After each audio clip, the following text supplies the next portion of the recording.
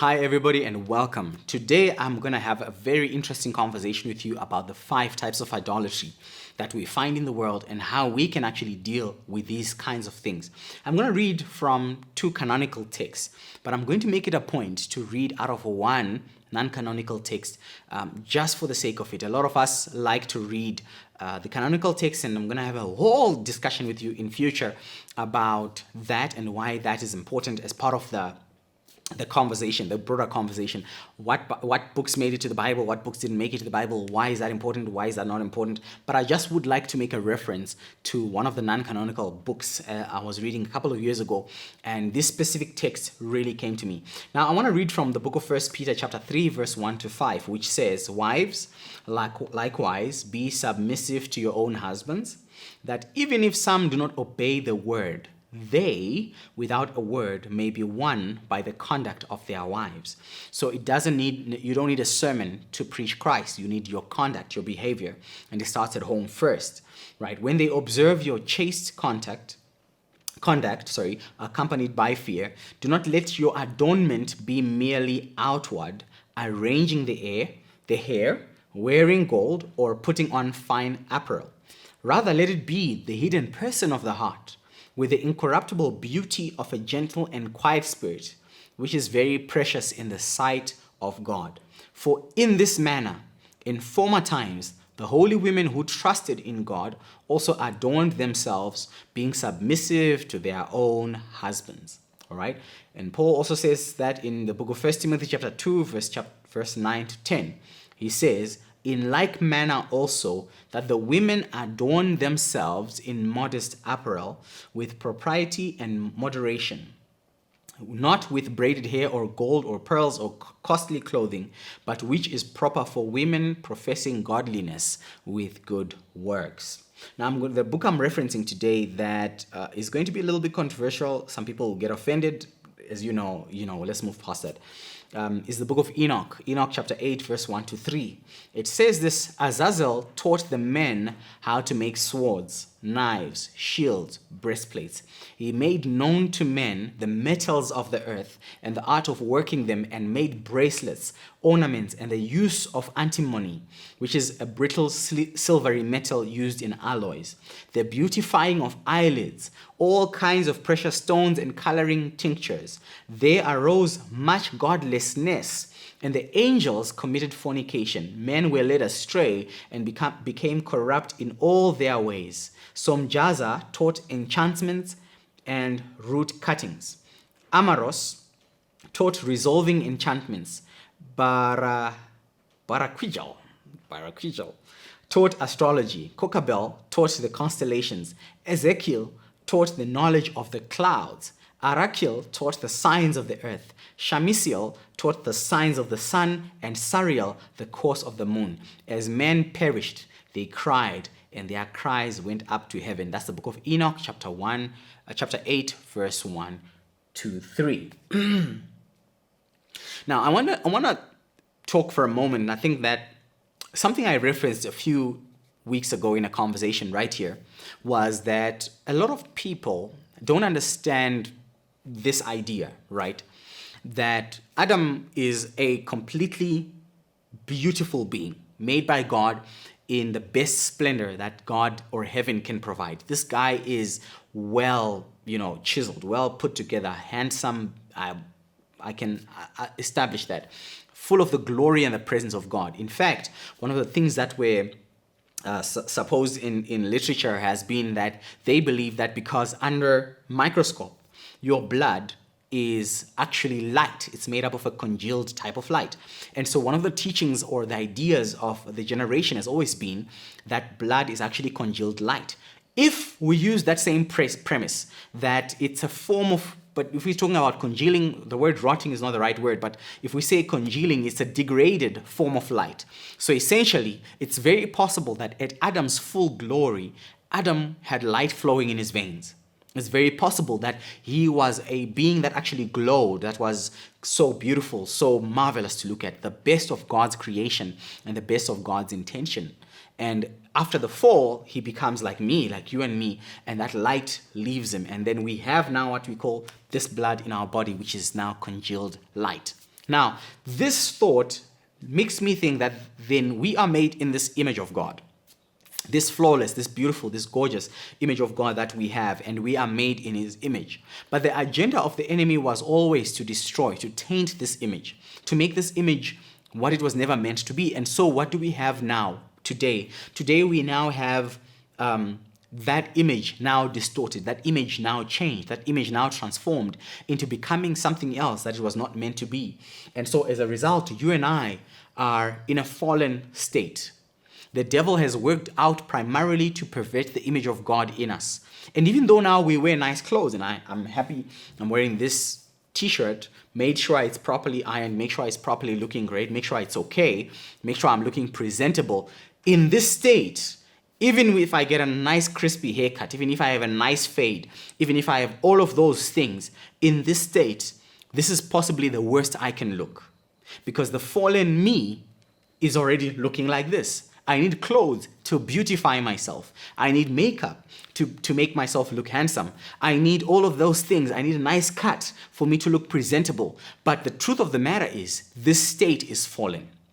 We compete on who wears the best clothes and who has the nice deodorant and who has a nice this, who looks great, who looks better. We compete on what's beautiful and what's not, and what kind of makeup to put and what foundation to add, or what things to do in our faces for us to look nice. But the reality is, as much as we do all of that, it's a pitiful fallen state. The image of God was perverted because the enemy's agenda was simply to pervert that image that we have. And so what we have now is we have a generation of people that are immersed billions of dollars every single year in every single country in the world are invested in being physically beautiful, but people don't invest as much money in being spiritually beautiful. Spiritual beauty is something we don't work at all. Nobody, in fact, we could even use the word heart. Many people have terrible hearts, dark hearts, ugly hearts, but nobody actually invests the same amount of time and effort in putting their heart right, in beautifying their heart. And so we have now millions, billions spent in that, but people don't spend enough time in beautifying their spirit. And this is now where we have the conflict that produces what we are talking about. When we read about makeup and the history of makeup, these are things that a lot of us invest in. Nobody looks good like a South African on a Sunday morning. South Africans dress so well. It was one of the most conflicting things that I found when I first moved into South Africa. I was 15 then when we first came into South Africa. And when people go to funerals, they dress to kill. When people go to church, they dress to kill. Coming from a very Zimbabwean background and a context that showed me a very different worldview, in Zimbabwe, on funerals, people look sad. They wear dukes and they wear body wraps and they don't dress nicely. You don't dress nicely going to a funeral. It offends people. And now, coming to a whole different context, I see people, new clothes, new this, and church is that day when people can wear. I've seen people wear gowns in church on a Sunday.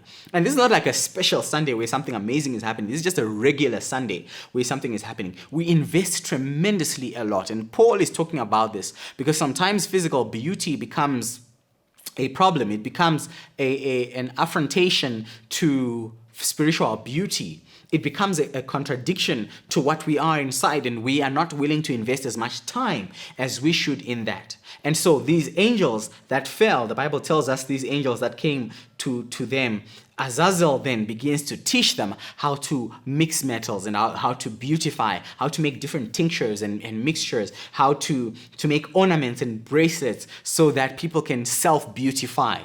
We know even then that even the realm of witchcraft, I spoke about witchcraft a lot in the past couple of weeks, where I talk about the assignment of Jezebel, but the assignment of Jezebel is very closely connected with the beauty assignment. Have you realized that there are certain spaces in which the authority, the dominion of a woman is established, but it always comes with nudity, always comes with nudity. All these feministic moves, they want to prove that women can do anything, and then they go on the street and they are naked. I don't understand what one thing has to do with another. I saw, I don't know if I'm saying this correctly, but I've seen these women in a protest to try make a point, go to a street, take off clothes and stand there naked and say, I'm making a statement. I don't understand what the statement is. The statement is not statementing. It's not making sense.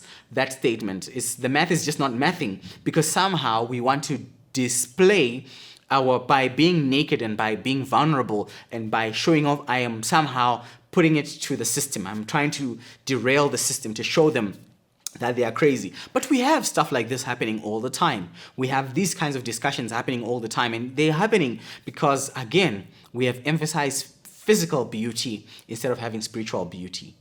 I've seen these things happen all the time.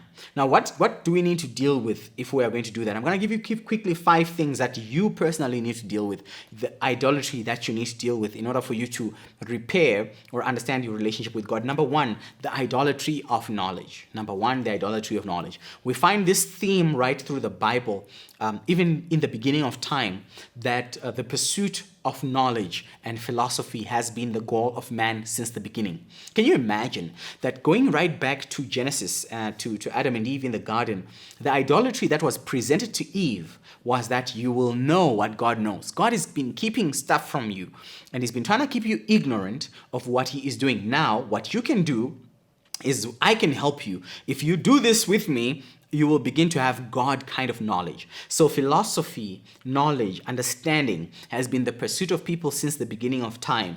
Even Adam then and Eve sought knowledge, right? So there has been a struggle between the knowledge, the knowledge, right, human knowledge, and the Spirit of God since the beginning of time, and where we are chasing natural knowledge in order for us to find meaning in our lives. And so we believe that when we know, it will make us better. And so here we have a generation of people that are very immersed in the study, in the pursuit of human knowledge, and yet God is trying to teach us or connect us to his Spirit. So number 1, we have to deal with the idolatry of knowledge. One of the most dangerous things in the world is people who know too much. Now, I don't mean to say as a Christian be ignorant. That's not what I'm saying. I encourage the pursuit of knowledge. I am an avid pursuer of knowledge myself. I am saying that certain times when knowledge begins to fill you up, it puffs you up, and it becomes dangerous for you. And so sometimes we must learn to find godly contentment. Interesting thought. If you actually go to that scripture that talks about godly contentment, where he says godly contentment is great gain, he's not talking about material things. He's talking about knowledge. Certain people have gone too far in their pursuit of knowledge. They are trying to be esoteric. They are trying to be hidden knowledge, secret knowledge. I want to know things that nobody else knows. And I'm one of those people that pursued all of that stuff. I've read some really messed up books in my life trying to find this actual knowledge. And I've reached a point in my life where I am just saying, God, I want to know you more. And I want to know you more without having to be this. I want to know you more without having to invest myself in dangerous sources of information to become valid. And so I want to remind you to be careful of the idolatry of knowledge. Number 2, the idolatry of success and fame. Success and fame. I was watching a show on television a few years ago where they asked a bunch of kids, would you rather be knowledgeable, right, to be like really, really smart, or would you rather be rich and famous? And you know what? Most of them said, I would rather be rich and famous. It has become such a pursuit of ours that instead of having the wisdom and the knowledge of navigating life and making life easier for us, we would rather break down in front of people. We would rather go crazy in front of people. We would rather lose it, our humanity, and have to deal with being things that knowledge could have fixed. We would rather have all of those kinds of problems while we are rich and famous instead of being knowledgeable. It's a very weird world where our pursuit is more focused on being knowledgeable than being whole. It's funny because one of the things we have made it a rule in our lives is my wife and I, we made a rule that we would rather have a good marriage than to have a marriage that is public. And so many times I see people, and I remember I used to see this even with friends I actually knew who are busy posting. They don't even live together anymore. They don't even live together anymore. These people are in the church. They on Sunday, this one comes from there, this one comes from there. It's been 3-4 months. The husband hasn't been home. They're not even talking. They hate each other. But on Sunday morning, they are well dressed, coming to church, looking great. They are posting on social media. Today is my hubby's birthday, and I want to celebrate this incredible gift of God to me. And yet they broke up. Because for them, the focus is on looking successful, being famous, being couple goals, as opposed to being whole. And so our investment, even as a couple in our home, is that I don't need you to think that things are great between me and my wife. Assume they are, because we put a lot more effort in building a working marriage, a happy marriage, right, than showing a happy marriage. And so that has been a very core part of our lives that has helped us navigate some of the most difficult aspects of our marriage, because guess what? We get to work on that alone. So success and fame is the problem, because most of us are seeking for a pinnacle. It's the same thing with Christ. Jesus was taken right to the top of the pinnacle, and he's shown these worlds. The Bible says the kingdoms of the worlds in a moment of time. So he's shown the wealth, the greatness of all these empires, and he's told, if you bow to me, I'll give it all to you. And so the enemy, the pinnacle of all these kingdoms and their wealth, becomes the one thing that all of us want: to be known, to be recognized, to be applauded for. And it's amazing. And some of us are so eager to find that place where audiences clap for us and people know us and people say, wow, man, you're so amazing, man. Dude, I've never heard or seen anybody like you. And that pat on the back and that acknowledgement and a little bit of money, and I think money is a bigger issue, particularly in Africa, because most of us grew up struggling.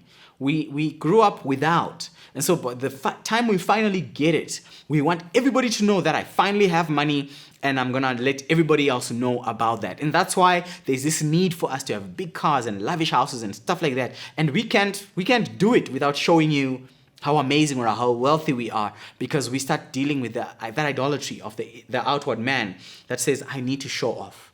But I haven't shown anybody. I'm eating a nice meal. Why hasn't anybody seen this? And I still don't get it. I go to a restaurant, I eat, and I've never had to share. I've got photos with my kids. Yes, we are in restaurants, but I've never shared a single one of them. And I've never felt the need for anybody to know that I ate at a 5-star restaurant. It doesn't make a single difference. It doesn't make a difference for anybody. But ultimately, what that comes down to is us beginning to recognize, us learning to honor, to recognize the inward person without making the focus our success and our outward fame. Number 3, the idolatry of relationships. The idolatry of relationships. One thing I've learned, and one of the most frustrating and pivotal issues in life, is that some of us have idolized people in certain places where God has become ranked lower than certain people to us. And people claim, I love God first, God, my husband, my kids, my church, that kind of stuff. That is absolute rubbish. That is absolute rubbish. And I think that it's important that we be honest with ourselves. Because if we honored God first, we would do what God says. Most of us would literally prioritize our children over anything God-based. I remember when we were running the church and we were in ministry, we had this massive discussion, me and my wife, where mothers would be happier for their child not to be in church and to be out playing soccer. I had one particular parishioner who insisted that they would rather have their child out there playing soccer than being in the church.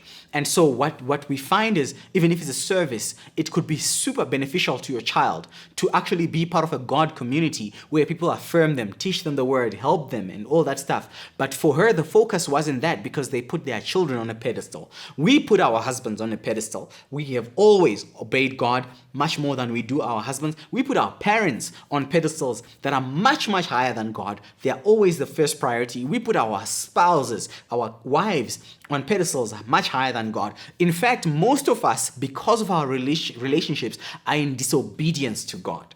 And especially these guys in the dating group, you know what I'm talking about. As soon as a little boy walks in your life, you will leave that Jesus alone, because basically at that moment in time, you want to pursue this exciting new thing that has come up in your life. And because of the excitement of a moment, God is easily forgotten. God is easily left in your life because something exciting, something better has come up. And we don't want to be honest about these conversations, because ultimately it exposes the hypocrisy of the believer. it makes it known that where does God stand in my priority list? And most of the time, relationships are a very critical part of that. There are certain people that I know love God only when they break up. I have another couple I know that I used to do fellowship with as well. When they are in good terms, they don't want anything to do with God. They don't want anything to do with God. As soon as they break up, the wife starts hustling, she starts working, she starts praying, she starts joining prayer programs. As soon as they are reconciled, it's gone, it's lost. And now the devil knows how to keep you away from that. And now some people, the devil is rooting for your marriage. He's happy to keep you guys together because he knows as long as you are together you are toxic. You don't want to be in the presence of God. And your partner doesn't drive you towards the arms of God. Rather, he drives you away. And so what he's going to do? He's going to give you more opportunity to be together, more opportunity to strengthen it. People say that the devil hates marriage. That's not true. In my experience, there are certain marriages the devil loves. He put you together for a reason. He arranged. He sorted out. He orchestrated your marriage because he understands that it disconnects you from God. That is where idolatry comes from. There are certain people we have held up in our lives. And when we talk about relationships, it becomes dangerous because now we're going to talk about pastors. We're going to talk about spiritual relationships. We're going to talk about romantic relationships. We're going to talk about familial relationships. We're going to be talking about business relationships because one of the things I actually told my business relationships is don't call me on Sunday. Don't call me on Sunday. It doesn't matter how much money you have, don't call me. Because I actually begin to recognize this principle. Muslims don't, when they close shops, it's closed. Even if you have $1 million in a briefcase and you're saying, listen, open the shop so I can make a trade, their whole shop is closed. They go to prayer. On every single Friday here, shops close. We know most of the shops are closed because they are going for prayer. And it doesn't matter how much money you have. You will go there and you will wait for their 1 hour for them to go pray, and they will come back and they will resume. Whether they are at an airport, whether they are anywhere else, they take their prayer life and their relationship with God so seriously, they will not let any relationship stop that. This thing has been lost to the church. This revelation has been lost to the church. We don't have it. As far as we are concerned, everything else takes center stage apart from God, and we've lost that alignment because of idolatry in our relationships. Number 4, materialism. Idolatry of materialism. Materialism is tricky. One of the things we did in our lives in the past few years, in the past year, is we asked ourselves the question, do we need that? Have we used it in the past 6 months? And then we started getting rid of stuff.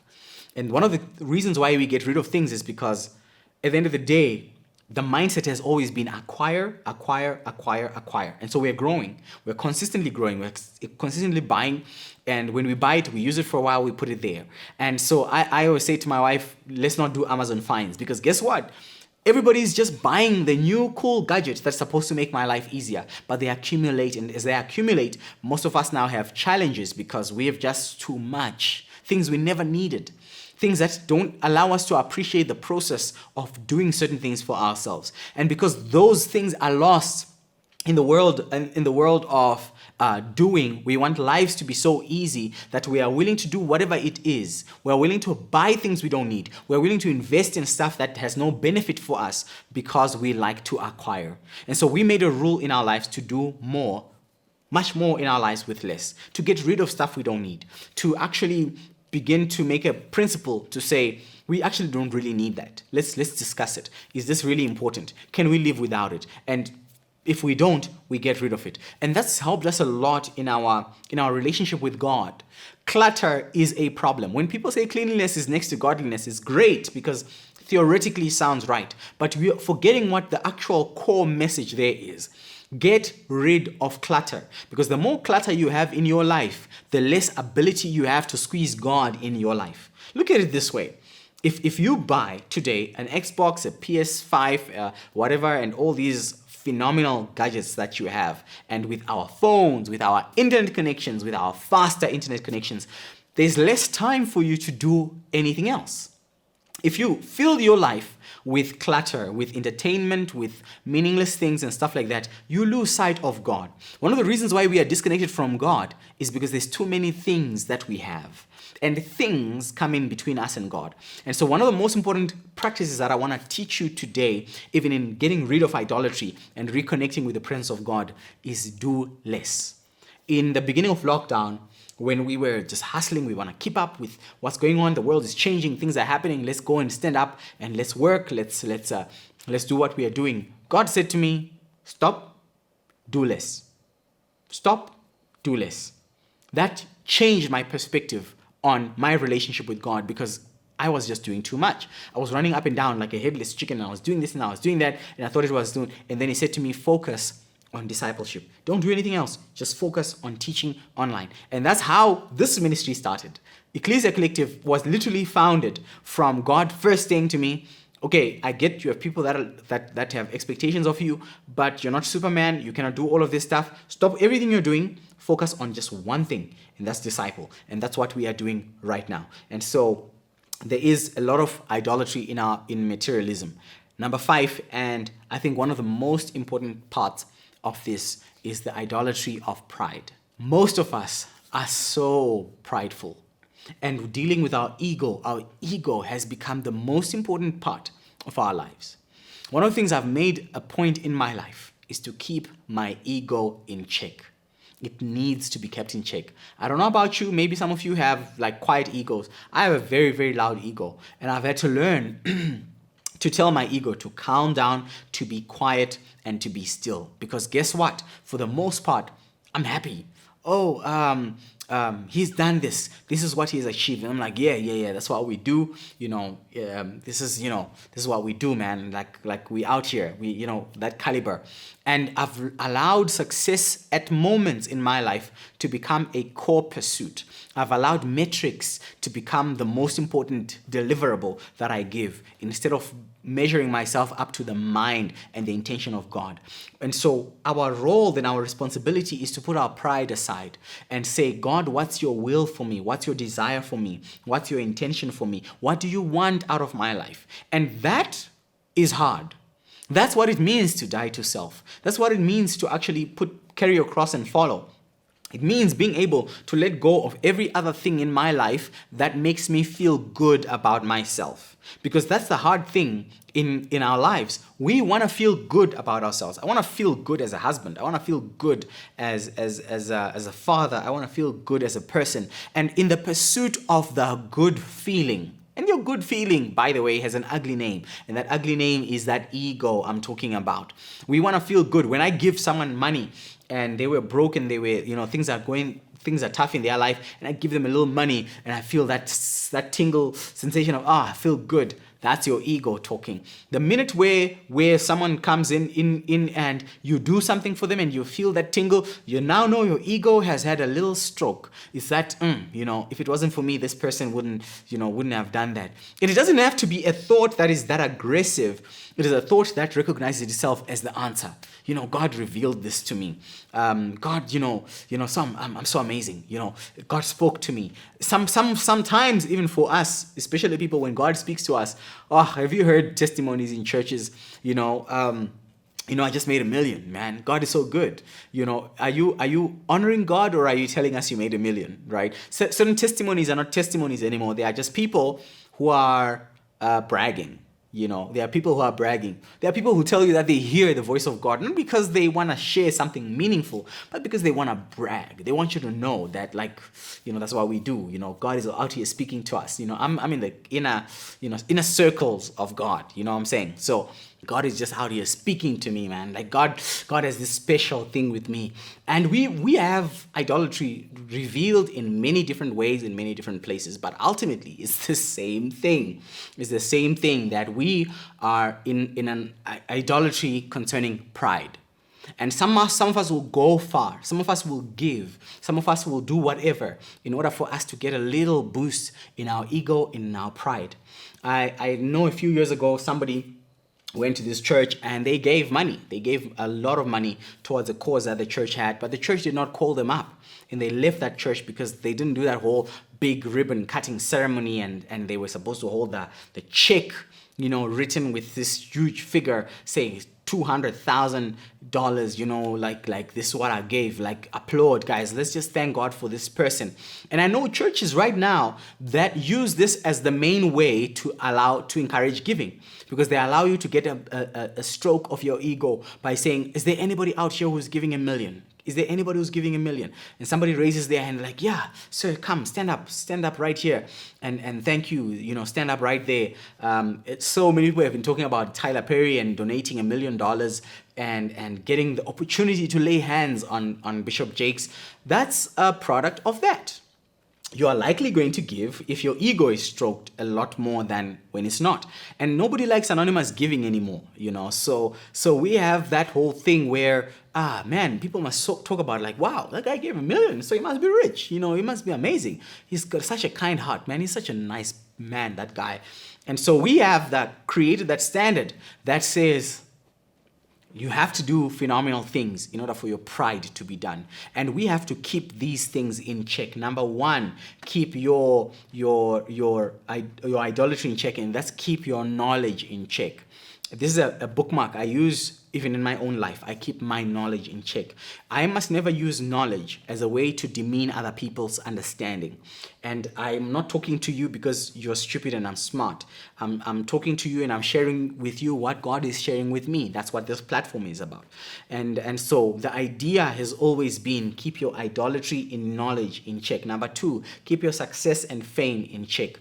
I genuinely don't want to be famous. I have no desire to be famous. I would like to succeed in the assignment that God has given me, and I would like to fulfill my assignment. I don't think that necessarily means, having accolades and stuff like that. I don't think that's what it means.